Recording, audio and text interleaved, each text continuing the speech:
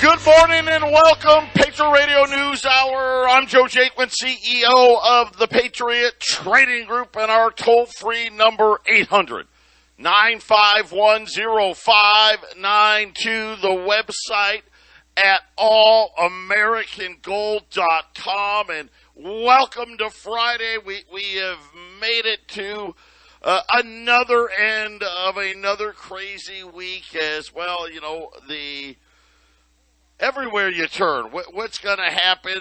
When's the bad part of the recession going to come? When are interest rates going to stop going up? When is the Fed going to do? Who's going to lose control of what, when, and all of these other things? I mean, it really is a crazy time to be just living in the world today, really, when you think about it, because you just don't know what the next day is going to bring. And today, probably no exception, as once again, we continue to watch as the markets unfold, as this world unfolds, right? What's going to happen with the interest rates, with currencies, the war with Russia and Ukraine. Is China going to invade Taiwan? Who's going to win the midterms, right? I'd say this. I have gotten a lot of people say that if the Democrats maintain control, and I think people would lose their minds. I don't know. We'll see what happens as it gets closer and closer. I'm kind of of the opinion, if this makes anybody feel better out there, I think the Republicans are going to do it. I think so. The House, I'm really sure that that's going to happen. It's going to be the Senate. It's going to be close, but fingers are crossed. And again, does it matter? Probably not in the grand scheme of things. But, hey, we'll take it anyway. We got gold and silver higher today. The Dow is mixed. The economic data, not very good. We'll go over that, but they're hopeful. Here's the thing that got the markets at least in a positive direction this morning was the fact that, and I don't know who it is, Goldman Sachs or JP Morgan or some other guy you've never heard of, says that, well, hey, eventually the Fed's going to have to stop raising rates. So there you go. That's true. Listen, it's Friday. Let's talk about good news. Here's the good news. Eventually, sometime down the road, the Federal Reserve will have to stop raising rates. Unfortunately, they're going to go considerably higher. We had developments out of Japan this morning. The Japanese yen broke through 150. Matter of fact, not only did it break through 150, it was, last I saw, was 152. Let me just check back out. Okay, so now it's come back down. So it peaked at 152, the highest since the 1990s. But right now, coming back a little bit here, back at the 149 and change. The U.S. 10-year note hit 4.3%. The U.K. 10-year note, 4.1%. But the interesting development there now is another big jump here in the UK 10-year note. Remember, the UK says they're not going to bail out the bond market next time. And the fact of the matter is they're saying they're going to start quantitative tightening next month. I don't believe either, but hey, that's what they're saying, so that's what we're going to report. I do have more good news. The budget deficit, it got cut in half. They're calling it the biggest decrease ever. The U.S. federal budget deficit, and remember, right, the end of September is the end of the fiscal year. So as far as the government's concerned, we're already in 2022 fiscally. But the deficit came in at, listen, it was only $1.375 trillion. So $1,375 billion. That's all it was. I mean, what a great thing, because, last year it was $2.776 trillion. Unfortunately, as all of you already know, this number's probably going to be right back above $2 trillion next year, as obviously the higher rates alone. Here's something that should really be a little disconcerting for all of us. The government has never, ever collected more money from the taxpayer than they did in fiscal year 2022. Well, I'm sorry. I guess it'd be fiscal year 2022. So we're actually starting fiscal year 2023 here right now. But let's look at what happened here. They said that outlays, so this is government spending, $6.272 trillion. So the whole economy, GDP, we're $22 trillion. Government spending alone now is almost a third of the entire economy. This is how massively too big the government is. Here's the thing, that number was $550 billion less than last year. On the tax side, $850 billion more. I'll give you the total when we get back. Astounding.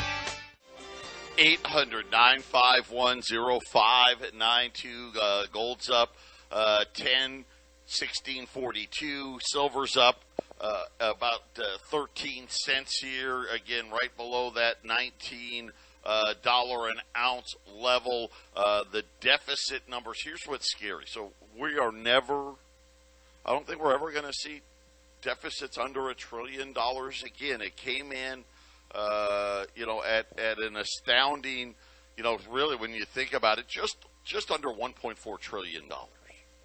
But revenue, think about this. Revenue was up almost $1 trillion in taxes. $850 billion. Just missing $4.9 trillion they collected in taxes. We're not going to duplicate that again this year. So let's start looking at next year's budget deficit. The Social Security, 8.7% increase. That's going to add about $120 billion. And it could be as much as $150 billion, but we'll say $120 billion there. Interest on the debt, about $400 billion more, and really could be $500 billion, but we'll go with $400 billion in increased interest payments. So there's $500 billion right there. Revenue side, Wall Street profits, they're not as big already. We're getting these earnings results and across the board, not as big. A lot of people are also thinking, listen, the layoffs are coming, right? All those things. I don't know. But I would venture to say that revenue is probably going to fall. So let's just say a couple $100 billion. I think that's probably being generous. Well, now we're up to $700 billion, and that doesn't include any additional spending that we're going to see from the government. We're going to see deficits go, forget about $1 trillion, probably north of $2 trillion, and never ending. But again, we'll continue to watch. But the revenue numbers were absolutely insane. And just think about this. We collected almost $5 trillion, and it's nowhere close to enough. Nowhere close. Next year, there's a good chance, a very good chance, that the government's going to spend over $7 trillion, right? Can we imagine that the government now next year could be 1/3 of the total economy? Doesn't anybody see what's wrong with that picture? It can't continue. But like I said, we got a pop this morning because the Wall Street Journal was reporting that the Fed whisperer. So there's somebody inside the Fed that's telling the Wall Street Journal, hey guys, let me tell you what's happening. I think this is all BS. I think this has a lot to do with the election and trying to prop up Wall Street. But according to the Wall Street Journal Fed whisperer, that the 75 basis points is a done deal for November. So again, that's 10 days from now. The Federal Reserve is going to raise interest rates by 75 basis points. Then he said that the discussion will be a critical staging ground for a potential step down to 50 basis points in December. Any movement away from 75 basis points, I think that's where you're going to see. When are we going to see gold and silver start moving? They'll start moving on that if it's true. I don't know this. He says that Fed officials want to discuss slowing of the velocity of rate hikes without, and here's the key, without triggering a Wall Street rally. What? Yeah, this is what he's saying. Hey, we want to slow down rates, but we don't want the stock market to rally because that's going to be bad. I don't know that you can do those things. They're saying that they're looking at that as a potential in December to go to 50 basis points. They've said that the rate hike expectations did shift moderately lower, but rate cut hopes not likely, and that the thought that there is going to be a pause or a pivot also probably not likely. So there you have it. There's the story of the day on what the Fed is going or not going to do. And of course, remember, the inflation is supposed to be at 2%. The numbers are way above that. And now they're already talking about most of the Fed governors are saying that the best they can hope for next year is inflation at 4%. And I really think that's probably the new number. Right? I think all of us are probably going to have to get used to, hey, instead of devaluing your money at 2% a year, 4% a year, so every 10 years, give or take, your money's going to be cut in half. But all of this remains to be seen. Adidas came out with warnings, too much inventory, not enough sales. Snapchat, ugly picture this morning as they're saying that businesses are pulling away from advertising. We'll have to keep watching. Again, we're seeing a lot of signs that say, hey, things are going to be slowing down, but we're not seeing it in jobs yet.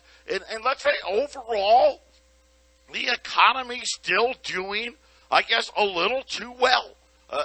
So until that stops, I think the rate hikes continue. We'll see. I mean, doesn't really matter. 75 basis points, 50 basis points. But let's just go with what this guy is saying. 75 in 10 days. So that'll put the Fed's funds rate at almost 4%. It'll be 3.75 to 4%, but more like 3.9. Then he's saying 50 basis points in December. So that'll put the interest for the Fed's funds rate between 4.25 and 4.5. So almost 4.5%, which would mean the 10-year note is got to be at 5. Mortgage rates are probably going to be 8, maybe 8.5. Car payments, credit card payments, all of these things, I guess, will definitely play a factor in how big of a slowdown are we going to see. I think it's going to be big. The problem is I still think they've got to raise again in 2023. So we'll be end of January, that last week of January, first week of February. I think we're going to get another rate hike. I think it's going to be another 50 basis points. That'll put us right near 5%. Then the question will be, are we going to get another one in the middle of March, or is it by that time the economy staggering? I think we will.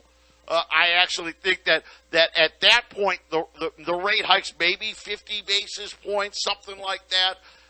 And then I think it's Katie by the door. I think by the summer of 2023, things are going to look significantly different already. I mean, housing's practically dead. Autos are not much better. And I think that's when we're going to really start seeing the huge layoffs. Fertilizer giant Yara. These guys are massive. They are, when you look at fertilizer production out there, this is one of the major producers of it. They announced third quarter ammonium output was slashed due to skyrocketing natural gas prices. The Norwegian producer said that ammonium output in the quarter dropped 57%. That is incredible. And again, this is just going to be an indication of what farmers are going to have to pay to plant crops, and it's not a good picture whatsoever. They're at 57% of capacity. Capacity in the previous quarter was 81%. So this is a huge, huge drop. And they're saying, listen, we just can't do it because natural gas prices are too high. They're saying that in the fourth quarter, they expect production capacity to only be 35%, saying that there will be times where they literally just won't open. We just can't open because fertilizer or natural gas prices will be so high that we won't be able to produce. So obviously, and again, this is the problem, right? The Fed needs to stop at some point. We all agree, we get it. Yeah, it's got to stop. But the inflation's going to be raging. I don't know. And again, I just report what I see. And what's being put out there is not a good picture whatsoever. I mean, food prices are already ridiculous. Look at what we did in food stamps, a huge increase there. I didn't even factor that in, right? We got a big food stamp increase, almost 15% more coming for those people on food stamp benefits. Then crude oil. I got to talk about it. I don't want to talk about it. I keep telling you that the Biden administration literally was robbing Peter to pay Paul here. They're deliberately just trying to keep prices down for the midterm, and now it looks like Bloomberg is saying that expect oil prices to rise to well over $100 a barrel by December. They're saying that there's going to be a problem with shipping. Europe will have to stop importing 1 million to 1.5 million barrels of Russian crude oil. But here's what's going to happen. It's already going to happen. China's going to buy all those barrels from Russia, turn around and resell them to Europe at a much higher price. But what they're saying is, here's the problem with that. Instead of deliveries every 4 or 5 days, if they were buying it directly from Russia, by going through China, it now goes to 30 to 50 days before the oil will actually show up there. And they're saying that with the stopping of the strategic oil reserve, remember, we're pumping out more than 1 million barrels a day, and we're going to do that right up until the midterm. Of course, because we're running out. They're expect oil prices to rise by $30 a barrel, and they're putting a price of about $125 a barrel. I don't know, but sounds logical. sounds right, makes sense.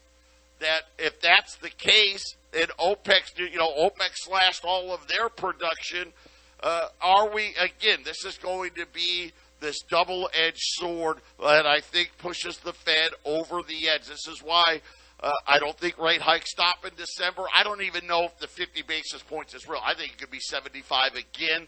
I think we're going to get one at the end of January, early February, another one in March, and then by that time, I think it's Katie by the door. But we'll have to watch and see what happens. Diesel, for those of you truckers out there, no good news. Diesel inventories in the United States are at all-time record lows. And again, if this is right, if this report's right, if we see $125 a barrel, we could see $6 diesel. And again, slowing economy, raising rates, that trick never works. And the rates look like they got to go a lot higher, which means more pain coming in 2023. Patriot Radio News Hour. We'll be back after the break. 800-951-0592.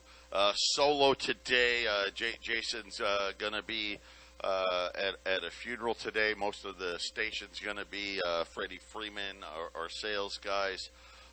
Son had passed away in a car accident. He was hit by a drunk driver. So keep Freddie and his family in your thoughts and prayers. And Jason will be back on Monday. The gold markets here, gold just jumped up another $5, so gold's up 15 here, 16.45, and Right IQ silver jumped with it. Silver's up another 20 cents now, as a major intervention is occurring by the Japanese central bank, trying to shore up the Japanese yen. Broke through 150, went up to 152.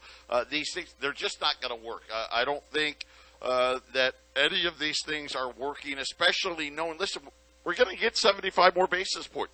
That puts more pressure on. December, we're going, okay, maybe 50, 75, whatever. It's still even more pressure, and we're seeing these cracks, and the problem is all the fixes, all these repairs, they fail. They break as rates continue to go higher. So a major intervention occurring right now. The Japanese central bank trying, think about this, the Japanese, it's lost 50% of its value this year. That's incredible when you really think about it. I mean, the Japanese yen was like 100. Now it's 150. Right? And you do that in what, 9-10 months? And again, I think there's more pain to come. We could see the yen get to 200 very easily. And again, at that point, what breaks, who knows where it's going to break, but you need to be ready. Yesterday, we ran a special. It had Silver Eagles and a $5 lib. And I told you then, you need to buy them all. We actually still have 10 of them left, which I don't understand. But, hey, we've got them. I'm going to keep offering them. The Silver Eagles are at $700. We're, I don't know, $3, $4, $5 less than anybody else out there. Unfortunately, that's all I have. The $5 libs at $5.50. That's a huge discount. And look at gold's rallying today. So those were $1,250. So I've got 10 of those left. As I've been telling you, the problems we're running into silver, we're running it in shortages in fractional gold. We've been putting out feelers everywhere. Yesterday, we got availability. These are going to be buffalo rounds. So this is the buffalo round. A lot of you know what those are, but for those of you that don't, it's got the male Indian on the front, the buffalo on the back. It's a cool looking round. Buffalo rounds, rolls of buffalo rounds, $560. I have 51/10 ounce. That's all we have, and that's the supply that we had left over between me, my office here in Phoenix, and the office in Colorado. So we're putting another package together, a roll of rounds and a 10th ounce Gold Eagle for $810. And again, I encourage everyone to make sure your portfolios have some barterable material. And a lot of you do. A lot of people, as they add to gold, add to silver, right? They've got the $20, the $10, the $5. They got silver eagles. They've got junk silver, and that's how you build. But some people go in and they're just, hey, I just want the cheapest price. So they're loading up on the $20 gold pieces. Well, if we get into a situation, I shouldn't even say if, when we get to this digital currency, it's going to be a really, really good idea for you to have some fractional material just in case to buy things with that the government's either blocking, they're banning it, maybe they're limiting it, whatever the case may be, because cash is it's on the clock, right? The reaper is coming for the cash. The reaper's coming for the Federal Reserve note. It's coming for the yen. It's coming for the pound. It's coming for the euro. It's coming for the renminbi and all the other currencies. So stock up what you can. So you got two options here. You got a U.S. Silver Eagle roll and a $5 Liberty. That's the quarter ounce. That's the old 1866 to 1907 for $1,250. Then you have a roll of silver rounds. By the way, just so you know, same amount of silver in this. So the Silver Eagles, each coin's 1 ounce. The rounds, each coin's 1 ounce. So you get 20 ounces of silver rounds, and this is the $5 American Gold Eagle, i.e. the 1/10 ounce, which is the smallest denomination you can buy in gold that's actually remotely affordable, and that's $810. So you got two different options here. They're both excellent options. I can sell rounds by themselves. I can't do any of the others by themselves because I just don't have, the 10 Silver Eagle and $5 Liberty specials that I have. That's all I've got. I can't get more $5 libs at that price, and I have no more Silver Eagles at that, not even close at that price. And then on the 10th ounce, I've got 50, but that's all the 10th ounce I have. I don't have any more after that. So 800-951-0592, and if somehow the Democrats keep control of the Senate, my guess is, this is just my guess, we're probably going to be either unavailable or super limited. I think we'll see premiums hit new all-time record highs as well, especially on this barterable material. The silver, the fractional gold, the problem's already bad. I think that would just make it worse. That's just the feeling I get. I got too many people reaching out to me and saying, if this happens, I'm going to gold. You need to go to gold anyway. It really doesn't matter. It doesn't. I mean, look at the numbers I just gave you. It's almost impossible for us not to have deficits of over $2 trillion. And if we're not careful, it could be $3 trillion. And it's going to be, listen, by 2025, that will be where we're at. Patriot Radio News Hour. We'll be back after the break. The list continues to grow. Goldman Sachs CEO David Solomon was out on CNBC saying it's time to get cautious, saying that it is a good chance of recession.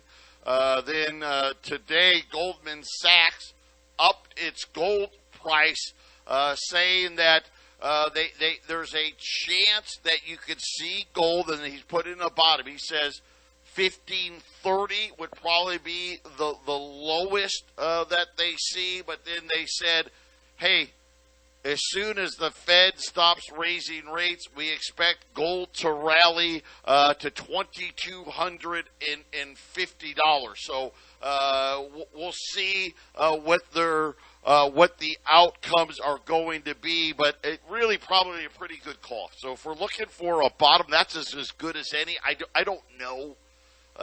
Already here, it doesn't matter because the physical markets are saying that's ridiculous. But I think right in line with what I've been telling you, prices are going to move rapidly when the Fed has to stop. The problem is the Fed, and take this to the bank, the Fed's not stopping rate hikes until job losses are here.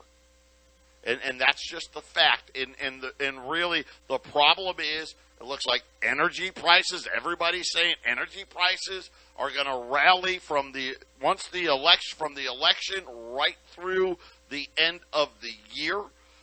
We just heard from the largest fertilizer producer in the world saying, hey, we're going to be down to 35% capacity because the price of natural gas is just too expensive. And unfortunately, it's not, you can't move the plant, I guess. I mean, can't you go somewhere where it's cheaper? I guess not. I don't know. I don't know how to make fertilizer. We've got increases in Social Security, increases in food stamps, all of these factors against. I think this is going to get ugly. I guess that's my point. There's no soft landing here right now. The economy needed to be softer, and it's just not. I mean, housing sucks, right? And it's going to get worse. Car sales, they're not very good. But everything else is kind of hanging out. Well, again, today, Snapchat, Facebook, right? They're all saying, look, ad spending's falling, right? Again, all of these signs, and I'm just putting the math together. I think we're headed for a very, very significant recession. I think it's going to be a depression because I don't think the Fed can actually lower rates. I'll say this right now. If the Fed has to start lowering rates, forget about $22.50 in gold. I mean, we're probably looking at 3,000, maybe 4,000. Silver, I think, and again, silver still hasn't touched its all-time highs. The inventory levels aren't great, and I think what we're going to see is incredible record demand for both of these metals, and the supply just isn't there, and we're going to see even higher premiums and higher prices coming for 2023. So, again, I guess I'm agreeing. I don't like to agree with Goldman Sachs, but I agree. I think this is the situation that we're in. How many, now it's almost every week now a major country of the world has to intervene in these markets, and it's just a matter of time before it's going to happen here in the United States. I think quantitative tightening is another one. I don't know if that gets to March. I don't know. I just don't see enough people. Japan's not going to be buying treasuries right now. They got to protect the yen. The Chinese, the Chinese, they've been selling treasuries for several years now. I don't know where all the buyers are going to come from. I guess, let's face it, I guess if rates got high enough, you'll find some buyers, but I don't think we're going to have enough. And that quantitative tightening is going to have to come to an end. How about this in the UK? You think I'm kidding? The major UK supermarket is finalizing plans. I'm not making this up. Aldi's and people here. Aldi's just came to Phoenix. They're actually a German supermarket, but they are a major, one of the major chains in the UK, saying that they are finalizing plans to stock insects on its shelf and market them as a cheap food source for people that are struggling to be able to afford. I know Arlene's looking at me like, are you kidding me? Listen, this is real. This is absolutely real. Think about what happened in the UK when they tried to give tax breaks, when they tried to send everybody there. They can't. They had to go back and cancel all of it. The Daily Mail is reporting that Aldi's is going to stock edible bugs, providing recipe kits for parents to prepare worms and crickets for hungry children. Potential products in the range include sustainable cricket burgers, as well as nuggets and mints. Yes, that sounds delicious. I can't wait. Can I get a cricket burger, please? Can I get that medium well? Just when you thought it couldn't get any crazier, and again, listen, wow. They're talking about producing 9,000 tons of insects for human consumption. By the way, gold's up 20 now. Silver's up 30. Get in on these two specials because you're not going to get these prices. The Silver Eagle's on a $5 lib at $12.50. A roll of rounds and a 10th ounce gold eagle at $8.10. 800-951-0592. 800-951-0592. Gold's up 21, 16.50. Silver's now up 36 cents at $19. The two special, I don't know where we're at here. The Silver Eagle $5 Liberty special at $1,250. We've only got a handful of those left. Then we have another special with a roll of rounds, right? That's 21-ounce silver rounds. We're being told these are Buffalo rounds. They're cool. Buffalo rounds. And a 10th ounce American Gold Eagle. This is the last of the 10th ounce that I have. If you go out to our website, you can't even buy 10th ounce on our website right now because we just can't get them. I have no idea if we'll even get any more before the end of the year. My assumption is if we do, they would have to be backdates, and that would mean someone would have to sell, and nobody's really selling fractionals unless they have to. So the roll rounds and a 10th ounce American Gold Eagles, that's $810. And, of course, the roll of Silver Eagles, 21-ounce U.S. Silver Eagles, and the $5 lib, that's $1,250 at 800-951-0592. You can buy the rounds all by themselves at $560, but that's it. All these other items, I just don't have them, so pick them up while you can. 800-951-0592. Silver now $19.05.